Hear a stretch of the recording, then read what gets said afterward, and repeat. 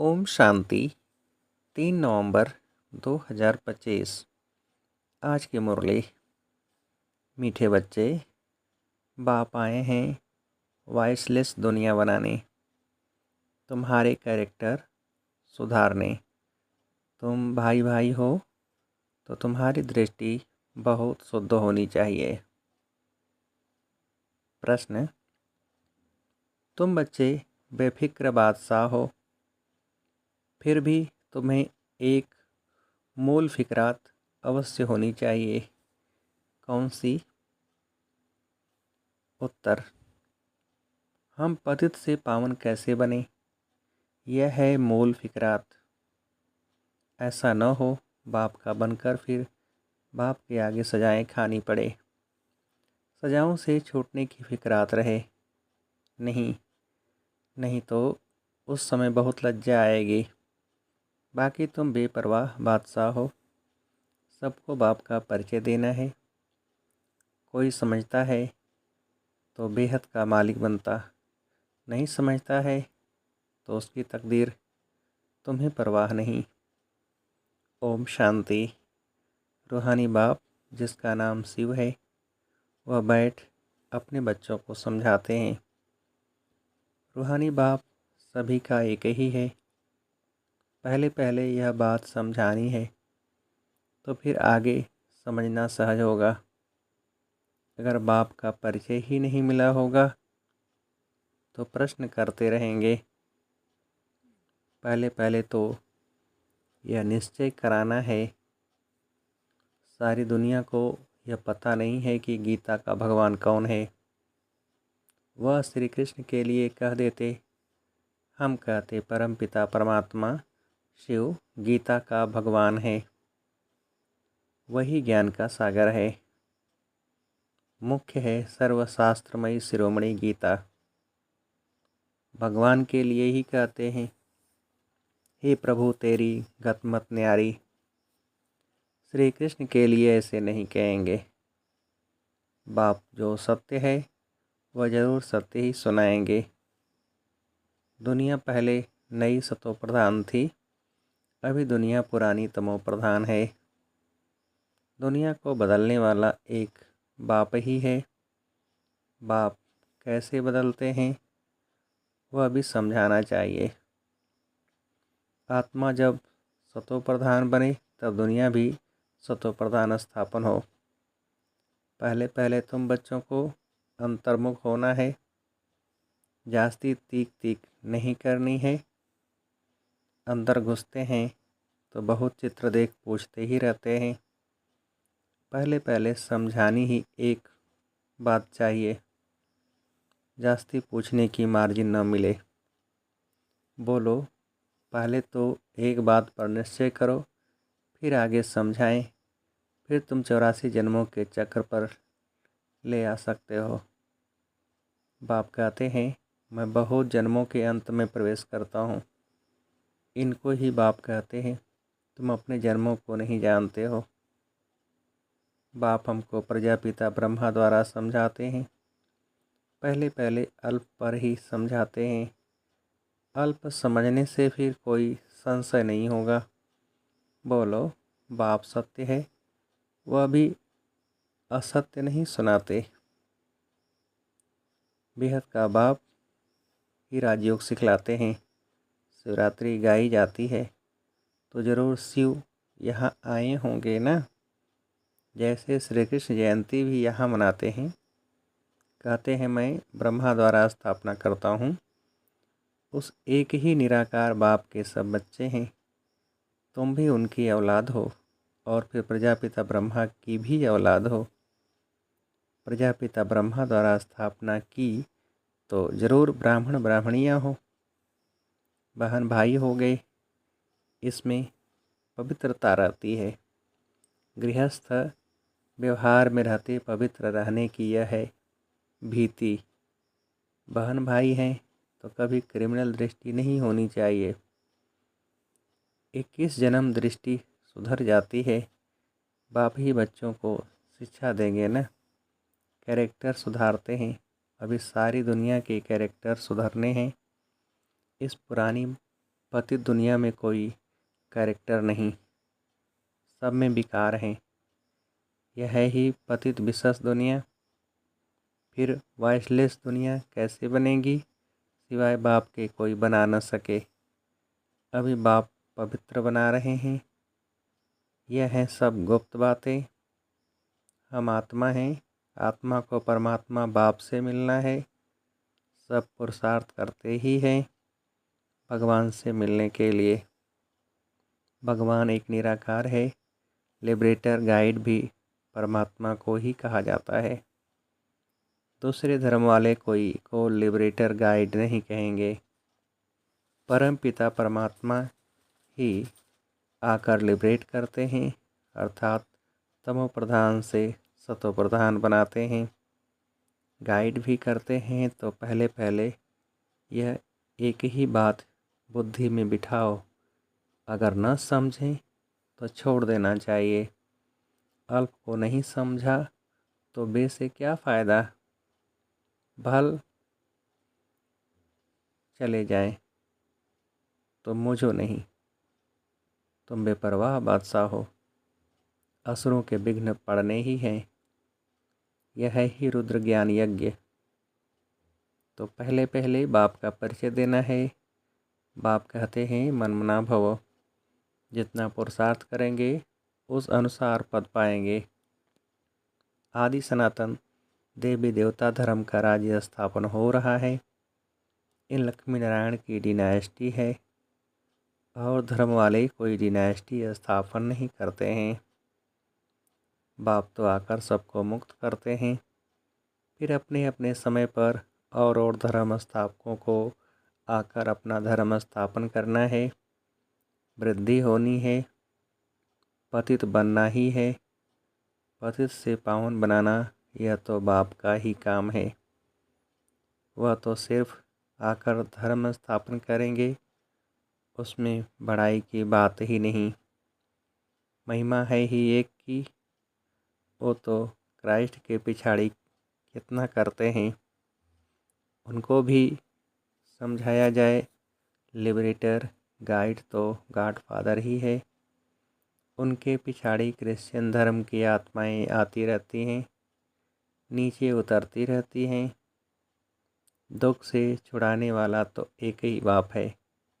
यह सब पॉइंट्स बुद्धि में अच्छी रीति धारण करनी है। एक गॉड को ही मर्सीफुल कहा जाता है। एक भी मनुष्य किसी पर मर्सी नहीं करते। मर्सी होती है बेहद की। एक बाप ही सब पर रहम करते हैं। सतयुग में सब सुख शांति में रहते हैं, दुख की बात ही नहीं। बच्चे एक बात अल्प पर किसको निश्चय कराते नहीं और बातों में चले जाते हैं। फिर कहते गला ही खराब हो गया। पहले पहले बाप का परिचय देना है। तुम और बातों में जाओ ही नहीं। बोलो बाप तो सत्य बोलेंगे ना। हम बीके को बाप ही सुनाते हैं। यह चित्र सब उसने बनवाए हैं। इसमें संशय नहीं लाना चाहिए। संशय बुद्धि विनिशांति। पहले तुम अपने को आत्मा समझ बाप को याद करो तो विकर्म विनाश होंगे। और कोई उपाय नहीं। पतित पावन तो एक ही है ना। बाप कहते हैं देह के सब संबंध छोड़ मामेकम याद करो। बाप जिसमें प्रवेश करते हैं उनको भी पुरुषार्थ कर सतो प्रधान बनना है। बनेंगे पुरुषार्थ से फिर ब्रह्मा और विष्णु का कनेक्शन भी बताते हैं। बाप तुम ब्राह्मणों को राज योग सिखलाते हैं तो तुम विष्णुपुरी के मालिक बनते हो। फिर तुम ही 84 जन्म ले अंत में शूद्र बनते हो। फिर बाप आकर शूद्र से ब्राह्मण बनाते हैं। ऐसे और कोई बता न सके। पहली पहली बात है बाप का परिचय देना। बाप कहते हैं मुझे ही पतितों को पावन बनाने यहाँ आना पड़ता है। ऐसे नहीं कि ऊपर से प्रेरणा देता हूँ। इनका ही नाम है भागीरथ। तो ज़रूर इनमें ही प्रवेश करेंगे। यह हैं भी बहु जन्मों के अंत का जन्म।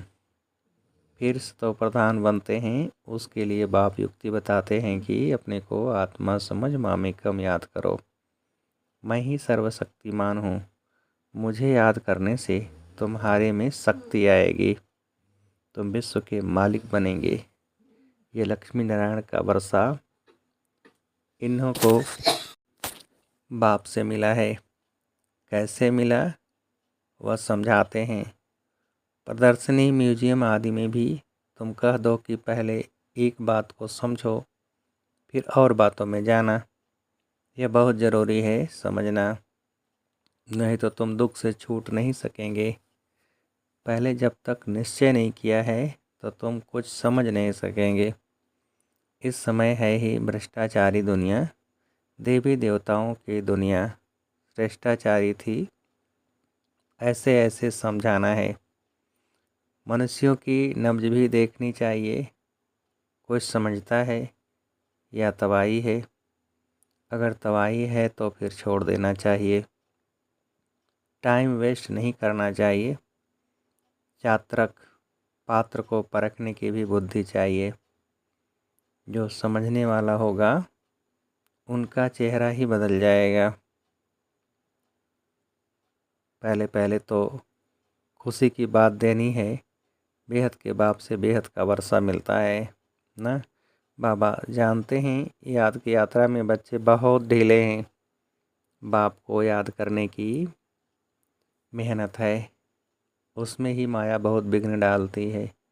यह भी खेल बना हुआ है। बाप बैठ समझाते हैं कैसे यह खेल बना बनाया है। दुनिया के मनुष्य को रिंचक भी नहीं जानते। दुनिया के मनुष्य तो रिंचक भी नहीं जानते। बाप की याद में रहने से तुम किसको समझाने में भी एक रस होंगे, नहीं तो कुछ न कुछ नुक्स यानी की कमी निकालते रहेंगे। बाबा कहते हैं तुम जास्ती कुछ भी तकलीफ़ न लो। स्थापना तो ज़रूर होनी ही है। भावी को कोई टाल भी नहीं सकते हैं। उल्लास में रहना चाहिए। बाप से हम बेहद का वर्षा ले रहे हैं। बाप कहते हैं मामेकम याद करो। बहुत प्रेम से बैठ समझाना है। बाप को याद करते प्रेम में आंसू आ जाने चाहिए। और तो सभी संबंध हैं कलयुगी। यह है रूहानी बाप का संबंध। यह तुम्हारे आंसू भी विजय माला के दाने बनते हैं। बहुत थोड़े हैं जो ऐसा प्रेम से बाप को याद करते हैं। कोशिश कर जितना हो सके अपना टाइम निकाल अपने भविष्य को ऊंचा बनाना चाहिए। प्रदर्शनी में कितने ढेर बच्चे नहीं हुए हैं, इतने ढेर बच्चे नहीं होने चाहिए। न इतने चित्रों की दरकार है। नंबर 1 चित्र है गीता का भगवान कौन। उसके बाजू में लक्ष्मी नारायण का चित्र, सीढ़ी का, बस। बाकी इतने चित्र कोई काम के नहीं। तुम बच्चों को जितना हो सके याद की यात्रा को बढ़ाना है। मूल फिक्रात रखनी है कि पतित से पावन कैसे बने। बाबा का बनकर और फिर बाबा के आगे जाकर सजा खाएं, यह तो बड़ी दुर्गति की बात है।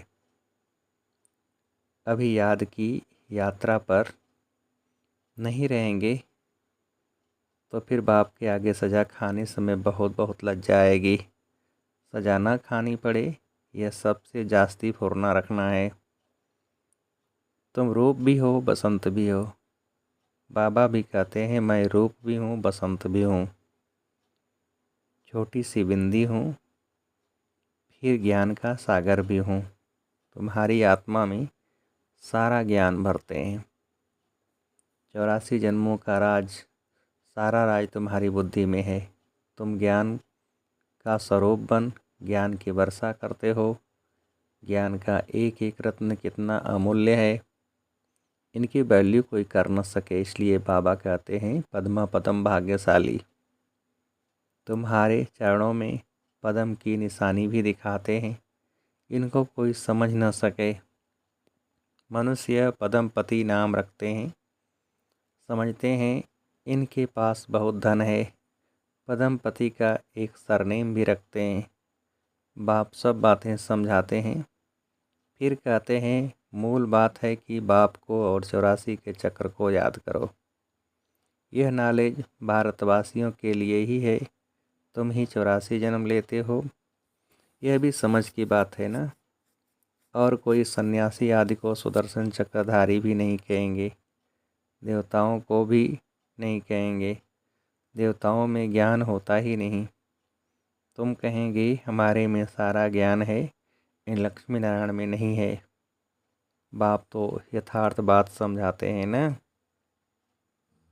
यह ज्ञान बड़ा वंडरफुल है। तुम कितने गुप्त स्टूडेंट हो। तुम कहेंगे हम पाठशाला में जाते हैं, भगवान हमको पढ़ाते हैं। एम ऑब्जेक्ट क्या है? हम यह लक्ष्मी नारायण बनेंगे। मनुष्य सुनकर वंडर खाएंगे। हम अपने हेड ऑफिस में जाते हैं। क्या पढ़ते हो? मनुष्य से देवता, बेगर से प्रिंस बनने की पढ़ाई पढ़ रहे हो। तुम्हारे चित्र भी फर्स्ट क्लास हैं। धन दान भी हमेशा पात्र को किया जाता है। पात्र तुमको कहाँ मिलेंगे? शिव के, लक्ष्मी नारायण के, राम सीता के मंदिरों में। वहाँ जाकर तुम उन्हों की सेवा करो, अपना टाइम वेस्ट नहीं करो। गंगा नदी पर भी जाकर तुम समझाओ, पतित पावनी गंगा है या परमपिता परमात्मा है। सर्व की सद्गति यह पानी करेगा या शिव का बाप करेगा, बेहद का बाप करेगा। तुम इस पर अच्छी रीति समझा सकते हो। विश्व का मालिक बनने का रास्ता बताते हो। दान करते हो। कौड़ी जैसे मनुष्य को हीरे जैसे विश्व का मालिक बनाते हो। भारत विश्व का मालिक था ना। तुम ब्राह्मणों का देवताओं से भी उत्तम कुल है। यह बाबा तो समझाते हैं, समझते हैं। मैं बाप का एक ही सिकिलधा बच्चा हूँ। बाबा ने हमारा यह शरीर लोन पर लिया है। तुम्हारे सिवाय और कोई भी यह बातें समझ न सके। बाबा की हमारे पर सवारी की हुई है। हमने बाबा को कूल्हे पर बिठाया है, अर्थात शरीर दिया है कि सर्विस करो। उनका एवजा फिर वह कितना देते हैं, जो हमको सबसे ऊंच कंधे पर चढ़ाते हैं, नंबर 1 में ले जाते हैं। बाप को बच्चे प्यारे लगते हैं तो उनको कंधे पर चढ़ाते हैं ना। माँ बच्चे को सिर्फ गोद तक लेती है, बाप तो कंधे पर चढ़ाते हैं। पाठशाला को कभी कल्पना नहीं कहा जाता। स्कूल में हिस्ट्री ज्योग्राफी पढ़ते हैं तो क्या वह कल्पना हुई? यह भी वर्ल्ड की हिस्ट्री ज्योग्राफी है ना। अच्छा, मीठे मीठे से गिलते बच्चों प्रति माता पिता बाप दादा का याद प्यार और गुड मॉर्निंग। रूहानी बाप के रूहानी बच्चों को नमस्ते। हम रूहानी बच्चों के रूहानी बाप को नमस्ते। धारणा के लिए मुख्य सार पहली पॉइंट, बहुत प्रेम से बैठकर रूहानी बाप को याद करना है। याद में प्रेम के आंसू आ जाएं तो वह आंसू विजय माला का दाना बन जाएंगे। अपना समय भविष्य प्रारब्ध बनाने में सफल करना है। दूसरी पॉइंट, अंतर्मुखी ही सबको अल्प का परिचय, अंतर्मुखी हो सबको अल्प का परिचय देना है। ज़्यादा तीख नहीं करनी है। एक ही फुरना रहे कि ऐसा कोई कर्तव्य न हो जिसकी सज़ा खानी पड़े। वरदान, रूहानी यात्री हूँ, इस स्मृति से सदा उपराम न्यारे और निर्मोही भव। विस्तार, रूहानी यात्री सदा याद की यात्रा में आगे बढ़ते रहते हैं। यह यात्रा सदा ही सुखदायी है। जो रूहानी यात्रा में तत्पर रहते हैं उन्हें दूसरे की यात्रा करने की आवश्यकता नहीं। इस यात्रा में सब यात्राएं समाई हुई हैं। मन व तन से भटकना बंद हो जाता है। तो सदा यही स्मृति रहे कि हम रूहानी यात्री हैं, यात्री का किसी में भी मोह नहीं होता। उन्हें सहज ही उपराम न्यारे व निर्मोही बनने का वरदान मिल जाता है। स्लोगन: सदा वाह बाबा, वाह तकदीर और वाह मीठा परिवार, यही गीत गाते रहो। अव्यक्त इशारे, अशरीरी व विदेही स्थिति का अभ्यास बढ़ाओ। जैसे बाप को सर्व स्वरूपों से व सर्व संबंधों से जानना आवश्यक है, ऐसे ही बाप द्वारा स्वयं को भी जानना आवश्यक है। जानना अर्थात मानना। मैं जो हूँ, जैसा हूँ, ऐसे मानकर चलेंगे तो देह में विदेही, व्यक्त में होते अव्यक्त, चलते फिरते फरिश्ता व कर्म करते हुए कर्मातीत स्थिति बन जाएगी। अच्छा, ओम शांति।